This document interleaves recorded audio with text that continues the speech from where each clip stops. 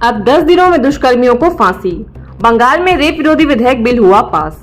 ममता बोली अपराधिता task force का होगा गठन। कोलकाता, पश्चिम बंगाल सरकार ने विधानसभा के विशेष सत्र के दूसरे दिन दुष्कर्म विरोधी अपराधिता विधेयक को सदन में पेश किया। भाजपा विधायकों ने भी विधेयक का समर्थन किया। चर्चा के बाद विधेयक बिल पास हो गया। विधेयक में 10 दिनों में दुष्कर्म के दोषियों को फांसी की सजा देने का प्रावधान है। इस विधेयक का अपराधिता विमेन एवं चाइल्ड पश्चिम बंगाल आपराधिक कानून व संशोधन बिल 2024 नाम है। कोलकाता के सरकारी आरजीकर अस्पताल एवं मेडिकल कॉलेज में महिला चिकित्सक के साथ दुष्कर्म व हत्या घटना के बाद पश्चिम बंगाल सरकार ने बड़ा कदम उठाया है। विधानसभा के विशेष सत्र के दूसरे दिन बंगाल सरकार ने दुष्कर्म विरोधी संशोधन विधेयक पेश किया। चर्चा के बाद विधेयक को विधानसभा से पास कर दिया गया है। इस विधेयक का उद्देश्य पीड़ितों को न्याय और दुष्कर्म के दोषियों को त्वरित व सख्त सजा देना है।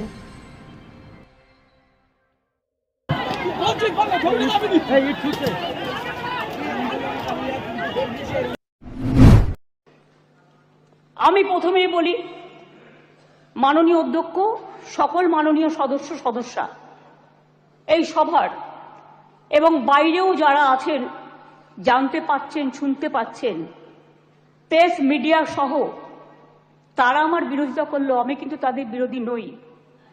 আমি তাদের সকলকে, অ্যাসেম্বলির সব স্টাফেদের সকলকে, সেক্রেটারি জেনারেলের থ্রুতে, অ্যাডমিনিস্ট্রেশনের যারা আছে, প্রশাসনের যারা আছে, সকল ভাই বোনেদের আমি ধন্যবাদ জানিয়ে আমি বলবো, মেয়েদের অধিকার রক্ষার লড়াইয়ে আমি যখন দিনটা ঠিক করেছিলাম স্যার, আমি তখন নিজেও এটা আমার নলেজে ছিল না, কিন্তু হিস্ট্রি রিপিটস ইটসেলফ। একটা কথা আছে, ইতিহাসের পুনরাবৃত্তি হয়। মেয়েদের অধিকার রক্ষার লড়াইয়ে আমি যখন এটা বলছি, আমার গায়ে কাঁটা দিচ্ছে, তার কারণ এটা আমার আবেগ হচ্ছে। আপনারাও শুনলে আপনাদের গায়েও কাঁটা দেবে ঘটনাটা শুনলে। মেয়েদের অধিকার রক্ষার লড়াইয়ে 3রা সেপ্টেম্বর একটি ঐতিহাসিক দিন।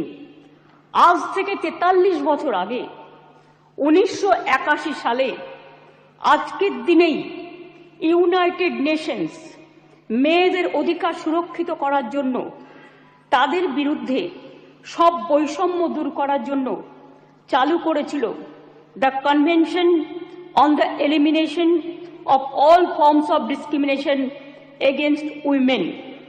সংগঠিত হয়েছিল ইউএনের আন্তর্জাতিক নারী বৈষম্য বিরোধী কমিটি, এবং সেই দিনটা আজকের দিনের সাথে মিলে যাওয়াতে আমি ইউনাইটেড নেশনসকে অভিনন্দন জানাচ্ছি।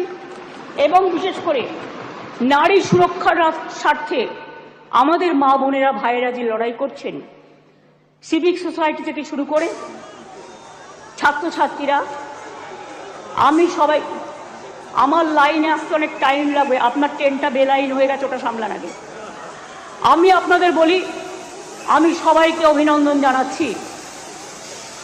2022-এর তথ্য অনুযায়ী দেশের বিভিন্ন প্রান্তে ধর্ষণের ঘটনায়, সব রাজ্যেই পুলিশ আছে, সেন্ট্রালেও আছে, ধর্ষণের ঘটনায় গড়ে 76% ক্ষেত্রে পুলিশ তদন্ত শেষ করে চার্জশিট জমা দিতে পেরেছে, কিন্তু মাত্র 2.6% 56% ক্ষেত্রে অপরাধী দোষী সাব্যস্ত হয়েছে।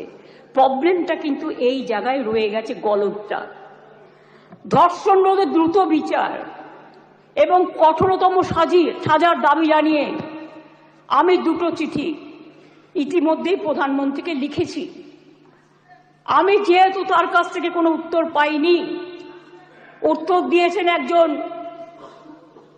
উইমেন অ্যান্ড চাইল্ড ডিপার্টমেন্টের মিনিস্টার, কিন্তু তিনি যে উত্তর দিয়েছেন সেটাকেও কাউন্টার করে আমি প্রধানমন্ত্রীকে জানিয়েছি। যদি দিল্লি নিজে এই চিঠি দুটো, স্যার সবার জ্ঞাতার্থে, বাক্যে একটু দিয়ে দেবে টেবিলে, আমি প্রধানমন্ত্রীকে লেখা চিঠিগুলো এখানে পেশ করলাম।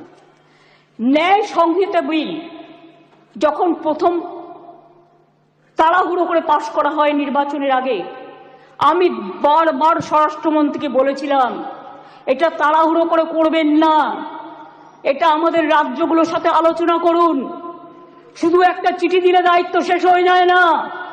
আমি অনেকবার অপোজ করেছি যে এটা কিন্তু রাজ্যকে কনসাল্ট করা হয়নি, মনে রাখবেন, তাছাড়াও আমি বলেছিলাম নতুন গভর্নমেন্ট আসুক, তাদের সাথে আলোচনা করুন, লোকসভায় আলোচনা হোক, রাজ্যসভায় আলোচনা হোক, বিরোধী দলের সাথে আলোচনা হোক, সরকারি দলের সাথে আলোচনা হোক, তারপরে এটা আপনারা করুন।